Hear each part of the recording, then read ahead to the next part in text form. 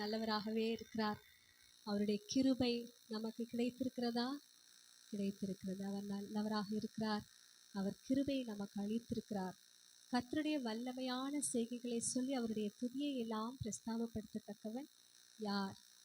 இது ஒரு ஜெப சங்கீதம். அதாவது இஸ்ரவேல் ஜனங்கள் என்னெல்லாம் பாவங்களை செய்தார்களோ அவைகளையெல்லாம் அறிக்கையிட்டு ஜெபிக்கிறதான ஒரு ஜெபம். பாருங்கள், 6ஆம் வசனம் சொல்லுகிறது, எங்கள் பிதாக்களோடும் கூட நாங்களும் பாவம் செய்து அக்கிரமம் நடப்பித்து ஆகாமியம் பண்ணினோம். தங்கள் பாவங்களை அறிக்கையிடுகிறதான ஒரு சங்கீதம்.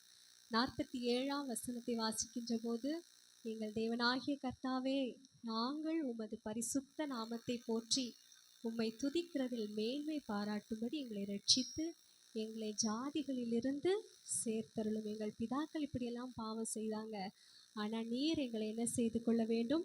சேர்த்து கொள்ள வேண்டும் என்று ஜெபிக்கிறதான ஒரு ஜெபம். பாருங்கள், இஸ்ரவேல் ஜனங்கள் என்னென்ன பாவங்களை செய்தார்கள். வனாந்திரத்திலே அநேக ஜனங்கள் அழிக்கப்பட்டார்கள். எது நிமித்தமாக அழிக்கப்பட்டார்கள் என்றெல்லாம் இந்த சங்கீதம் நமக்கு கற்றுத்தருகிறது. 7ஆம் வசனத்தை வாசிக்கலாமா?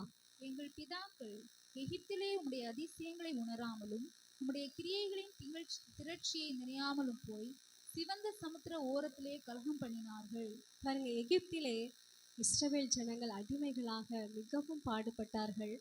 தேவன் மோசே எனும் இரட்சகனை அனுப்பி அவர்களை விடுதலையாக்கி வெளியே கொண்டு வந்தார். எப்படி வந்தார்களாம்? அவர்கள் மிகுந்த சந்தோஷத்தோடு கம்பீர சத்தத்தோடு அவர்கள் புறப்பட்டு வந்தார்கள் என்று கடந்த வாரத்தில் நம்ம பார்த்தோம். ஆனால் அவர்கள் கொஞ்ச தூரம் வந்த உடனே அவர்களுக்கு எதிராக நின்றது எது? செங்கடல். இல்லை, அவ்வளோ பெரிய அடிமைத்தனத்திலிருந்து ஜனங்கள் அவர்களை மீட்டு கொண்டு வந்தார். ரொம்ப சந்தோஷமாக வந்தார்கள். ஆனால் செங்கடலை பார்த்த உடனே அவர்கள் என்ன செய்ய ஆரம்பித்தார்கள் அப்படின்னா, கலகம் பண்ணினார்கள். 8ஆம் வசனம், ஆனாலும் அவர் தமது வல்லமையை வெளிப்படுத்தும்படி தம்முடைய நாமத்தின் நிமித்தம் அவர்களை ரட்சித்தார். ஆனால் நம்முடைய தேவன் இரக்கமுள்ள தேவன். அவர் தம்முடைய வல்லமையை வெளிப்படுத்தும்படியாக ஜனங்கள் கலகம் பண்ணின போதிலும் கூட ஆண்டவர் என்ன செய்கிறார்? அந்த இடத்திலே தம்முடைய வல்லமையை வெளிப்படுத்துகிறார். அவர் என்ன செய்தார்? சிவந்த சமுத்திரத்தை அதட்டினாராம். 9ஆம் வசனத்தை வாசிக்கலாமா? அவர் சிவந்த சமுத்திரத்தை அதட்டினார், அது வற்றி போயிற்று. வெட்டாந்தரையில் நடக்கிறது போல அவர்களை ஆழங்களில் நடந்து போக பண்ணினார். செங்கடல்ல ஒரு வழி கிடைக்கும் அப்படின்னு ஜனங்கள் நினைக்கவே இல்லை. ஆண்டவர் பாருங்க, நமக்கு அநேக வழிகள் இருக்கு. அப்போ நான் உனக்கு போதித்து நீ நடக்க வேண்டிய வழியை உனக்கு காட்டுவேன். வழியை காட்டுகிற தேவனாகவும் இருக்கிறார். வழியே இல்லாத இடத்துலையும் அவர் என்ன செய்வாராம்? நமக்காக வழியை உண்டாக்குகிற தேவனாகவும் இருக்கிறார். வழி இதுவே, இதிலே நடவுங்கள் அப்படின்னு சொல்லி ஒரு வழியை சுட்டி காட்டி அதிலேயும் நடத்துவார். ஆனால் வழியே இல்லை, எல்லா பக்கமும் அடைப்பட்டிருக்கிறது. அப்படிப்பட்ட சூழ்நிலையில் கூட அவர் என்ன செய்வார்? நமக்காக வழிகளை உருவாக்குகிற தேவன் அவர்.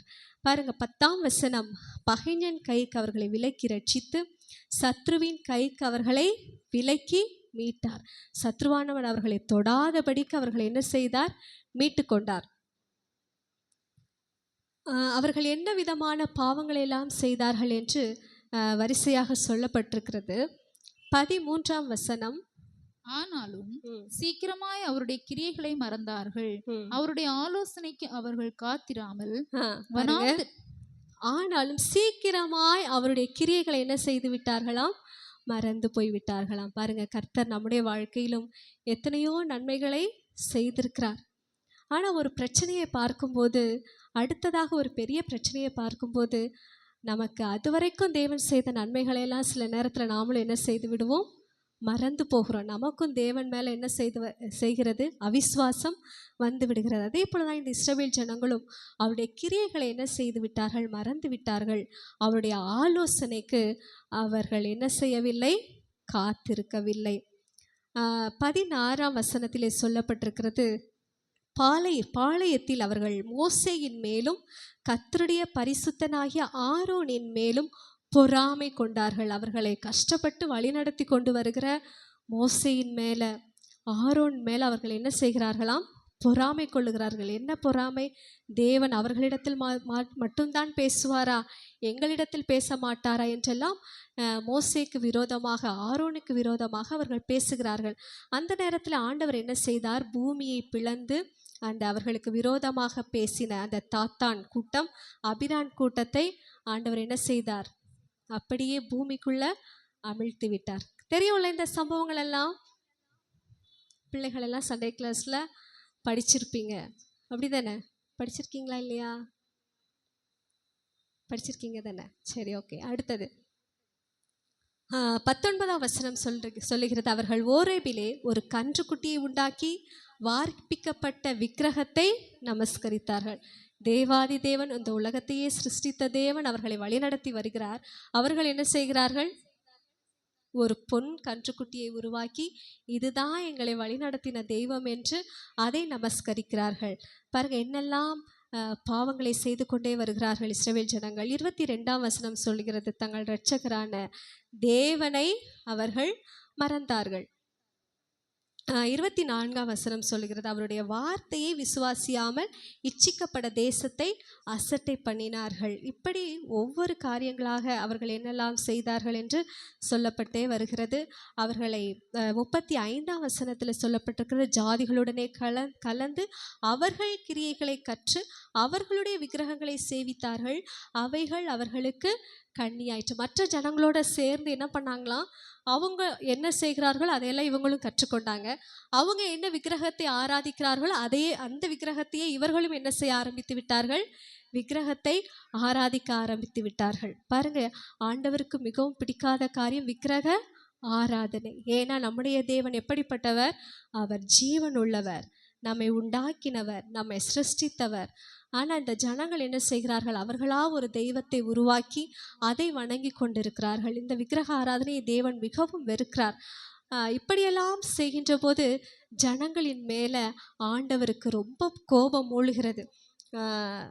அந்த மோசே அந்த நேரத்தில் என்ன செய்கிறார் பாருங்க, 23ஆம் வசனத்தை ஒருவர் வாசிங்க பார்க்கலாம். ஆகையால் அவர்களை நாசம் பண்ணுவேன் என்றார். அப்பொழுது அவரால் தெரிந்து கொள்ளப்பட்ட மோசே அவர்களை அவர் அழிக்காதபடிக்கு அவருடைய உக்கிரகத்தை ஆற்றும் பொருட்டு அவருக்கு முன்பாக திறப்பின் வாயிலே நின்றான். எல்லாரும் சொல்லுங்க பார்க்கலாம். மோசே திறப்பின் வாயிலே நின்றான். யாருக்காக? பாவம் செய்கிறதான இந்த ஜனங்களுக்காக. யாத்ராகமம் 32ஆம் அதிகாரம் 10ஆம் வசனத்தை எடுத்து வாசிங்க.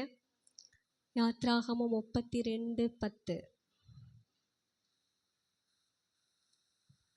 ஆகையால் என் கோபம் இவர்கள் மேல் மூளவும் நான் இவர்களை அழித்து போடவும் நீ என்னை விட்டுவிடு, உன்னை ஒரு பெரிய ஜாதியாக்குவேன் என்றார். ஆண்டவர் சொல்றார் மோசே கிட்ட, நான் இந்த ஜனங்களை அழிக்க போறேன், நீ என்னை விட்டு விடு, நான் உன்னை என்ன செய்வேன்? பெரிய ஜாதியா மாத்துவேன் அப்படின்னு சொல்றார். இது நல்ல காரியம் தானே? அப்போ மோசே என்ன நினச்சிருக்கலாம்? சரி, இந்த ஜனங்கள் அழிந்தாலும் பரவாயில்ல, ஆண்டவர் என்னுடைய ஜாதிகளை என்ன செய்யட்டும்? பெரிய ஜாதியாக மாற்றட்டும் அப்படின்னு நினச்சிருக்கலாம். ஆனால் அவன் அப்படி நினைக்கவே இல்லை. அவன் சொல்லுகிறான், 13ஆம் வசனம் வாசிங்க. உமது தாசராகிய ஆபிரகாமையும் ஈசாக்கையும் இஸ்ரவேலையும் நினைத்தருளும். உங்கள் சந்ததியை வானத்து நட்சத்திரங்களைப் போல பெருக பண்ணி நான் சொன்ன இந்த தேசம் முழுவதையும் உங்கள் சந்ததியார் என்றைக்கும் சுதந்திரித்துக் கொள்ளும்படிக்கு அவர்களுக்கு கொடுப்பேன் என்று உம்மை கொண்டே அவர்களுக்கு ஆணையிட்டு சொன்னீரே என்று கெஞ்சி பிரார்த்தித்தான். பாருங்க, ஜனங்களுக்காக ஆண்டவரே, நீங்க தானே சொன்னீங்க அந்த தேசத்தை உங்களுக்கு கொடுப்பேன் என்று ஆணையிட்டு சொன்னீங்கல்ல, அதனால இந்த ஜனங்களை நீங்கள் அழிக்கக்கூடாது அப்படின்னு சொல்லி இந்த ஜனங்களுக்காக அவன் என்ன செய்தானாம்? கெஞ்சி பிரார்த்தித்தானாம். அதற்கு மேலே உள்ள வசனத்தில் சொல்லப்பட்டிருக்கிறது, அவர்கள் மேல் பரிதாபம் கொள்ளும் அப்படின்னு சொல்லி அவன் ஜெபிக்கிறான். இந்த இடத்துல சொல்லப்பட்டிருக்கிறது, அவன் ஜனங்களுக்காக திறப்பினிலே நின்றான். இந்த காரியத்தை தான் சபையாகிய நாம் செய்ய வேண்டியது. பாருங்க, எத்தனையோ ஜனங்கள் விக்கிரக ஆராதனை செய்கிறவர்கள் இருக்கிறார்கள். எத்தனையோ பாவத்திற்கு அடிமைப்பட்ட ஜனங்களை நம்ம பார்க்குறோம். ஸ்கூலில் பிள்ளைகள் படிக்கிற பிள்ளைகள், உங்கள் கூட படிக்கிற பிள்ளைங்க, விக்கிரக ஆராதனையில் இருக்கிற பிள்ளைகளை நீங்கள் என்ன செய்கிறீங்க? பார்க்குறீங்க. அப்போது மோசே என்ன செய்தார்? அந்த ஜனங்களை அழித்து விடாதீங்கப்பான்னு சொல்லி திறப்பினிலே நின்று ஜெபிக்கிறது போல நாமும் சபையாகிய நாம் என்ன செய்யணும்? ஜனங்களுக்காக பரிதாபம் கொள்ளுகிறவர்களாக இருக்கணும். சபைக்காக இல்லை, மற்ற ஜனங்களுக்காக கெஞ்சி பிரார்த்திக்கிறவர்களாக இருக்கணும். திறப்பிலே நிற்கிறவர்களாக இருக்கணும். இன்னும் ஒருத்தரை பற்றி இதில் சொல்லப்பட்டிருக்கிறது. 30ஆம் வசனம். அப்பொழுது பினேகாஸ் எழுந்து நின்று நியாயம் செய்தான், அதனால் வாதை நிறுத்தப்பட்டது. இஸ்ரவேல் ஜனங்களுக்குள்ள இன்னும் ஒரு பாவம் இருந்துச்சு, பயங்கரமான ஒரு பாவம், விபச்சார பாவம். இஸ்ரவேல் ஜனங்கள் மீதியானியரோட சம்பந்தம் கலந்து விபச்சார பாவத்தை செய்தார்கள். அப்பொழுது இந்த பினேகாஸ் எழும்பினான், பாவத்திற்கு விரோதமாய் அந்த பாவத்தை எதிர்த்து அவன் எழும்பினான். இவன் யார் அப்படின்னு கேட்டா, ஆரோனின் மகன். ஆரோனின் மகன் பெயர் தெரியுமா? ஆரோனுடைய பிள்ளைகள் பெயர் எலெயாசர். எலெயாசருடைய மகன்தான் இந்த பினேகாஸ். அப்போ இந்த இஸ்ரவேல் ஜனத்துல விபச்சார பாவம் வந்தபோது அவன் என்ன செஞ்சான, யார் அந்த விபச்சாரத்தில் ஈடுபட்டார்களோ அவர்களை கொன்று போட்டான். அதனால இஸ்ரவேல் ஜனங்களுக்கு மீதாக வரவேண்டிய வாதை என்ன செய்யப்பட்டது? நிறுத்தப்பட்டது. அதனால பாருங்க, அது தலைமுறை தலைமுறையாக என்றென்றைக்கும் அவனுக்கு நீதியாக எண்ணப்பட்டது. அப்போ ஒரு சபை பாவத்தில் இருக்கிற ஜனங்களுக்காக என்ன செய்யணும்? பரிதபிக்க வேண்டும். அதே போல இந்த பினேகாசை போல பாவத்திற்கு எதிர்த்து நிற்கிறவர்களாக நாம் காணப்பட வேண்டும். பாருங்க, இப்படியாக பாவம் செய்து கொண்டு வந்த ஜனங்களை தேவன் மன்னித்தாரா? அவர்களுக்கு இரக்கம் காட்டினாரா இல்லையா என்று 43ஆம் வசனத்திலிருந்து சொல்லப்பட்டிருக்கிறது. அநேகம் தரம் அவர்களை விடுவித்தார். அவங்க ஒவ்வொரு முறை பாவம் செய்யும் போதும் ஆண்டவர் என்ன செய்தார்? அவர்களை மன்னித்தார். அவர்களை அநேகம் தரம் அவர்களை விடுவித்தார். அவர்களோ தங்கள் யோசனையினால் அவருக்கு விரோதமாய் கலகம் பண்ணி தங்களுடைய அக்கிரமத்தினால் சிறுமைப்படுத்தப்பட்டார்கள். அவர்கள் கூப்பிடுதலை அவர் கேட்கும் போதோ அவர்களுக்கு உண்டான இடுக்கத்தை அவர் கண்ணோக்கினார்.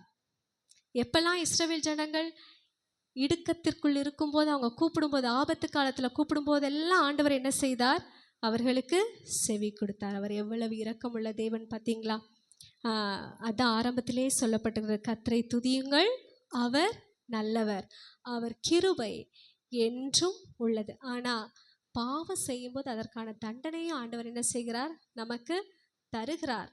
ஆனால் மன்னிப்பு நாம் கேட்கும்போது, நாம் எப்போதெல்லாம் அவரை நோக்கி கூப்பிடுகிறோமோ அந்த நேரத்தில் அவர் கிருபையை நம் மீது அவர் பொழிகிறார். கர்த்தர் நம்மை ஆசீர்வதிப்பாராக.